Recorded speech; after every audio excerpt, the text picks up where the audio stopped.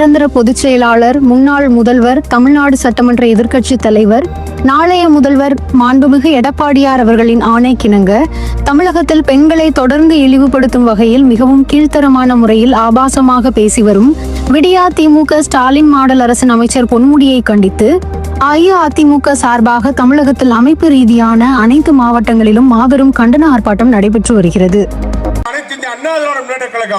போராட்டம் இது போராட்டம். வாய்க்கொழுப்படுத்தி பேசி வரும் பொன்முடியை அமைச்சர் பதவியிலிருந்து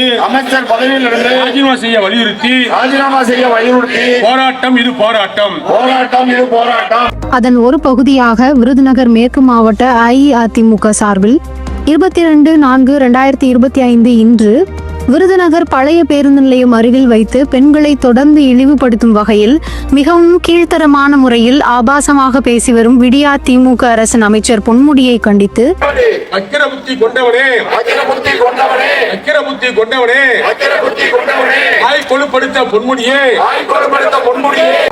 அந்தால் கிடைக்கும் சவுக்கடி இனிமேல் திமுகவுக்கு என்றும் சவுக்கடி ஓசி பஸ் என்று பேசி பெண்களை இழிவுபடுத்தும் பாதகனே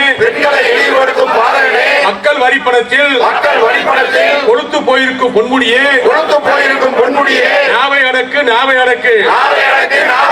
பெண்மையை பழித்தால் எரிதல் கொண்டு எரிப்போம் பொன்முடியின் நாக்கை. மாபெரும் கண்டன ஆர்ப்பாட்டம் கழக அமைப்பு செயலாளரும் விருதுநகர் மேற்கு மாவட்ட கழக செயலாளரும் அதிமுக முன்னாள் அமைச்சருமான சிவகாசி KT ராஜேந்திர பாலாஜி அவர்கள் தலைமையில் நடைபெற்றது. மேலும் இந்நிகழ்வில் கழக சிறுபான்மையினர் நலப்பிரிவு பொருளாளரும் முன்னாள் வாரிய தலைவரும் விருதுநகர் மேற்கு மாவட்ட பூத் கமிட்டி பொறுப்பாளருமான T ஜான் மகேந்திரன் அவர்கள், முன்னாள் சட்டமன்ற உறுப்பினர்கள் R வரதராஜன், M சந்திரபிரபா, முன்னாள் அமைச்சர் ராதா இன்பத்தமிழன், முன்னாள் மாவட்ட ஊராட்சி குழு தலைவர் M வசந்தி மான்ராஜ் மற்றும் மாவட்ட, மாநகர, நகர, ஒன்றிய, பகுதி, பேரூர், வட்ட, வார்டு, ஊராட்சி கிளைக்கழக நிர்வாகிகள், பிற அணி சார்ந்த நிர்வாகிகள், மகளிர் அணி பொறுப்பாளர்கள் மற்றும் பொதுமக்கள் திரளாக கலந்து கொண்டனர். பெண்களை அசிங்கப்படுத்தி பேசுவதிலே போட்டி ஓட்டு கொண்டு பதில் சொல்கிறார்கள். கேவலமாக பெண்களை பேசுகிறார்கள்.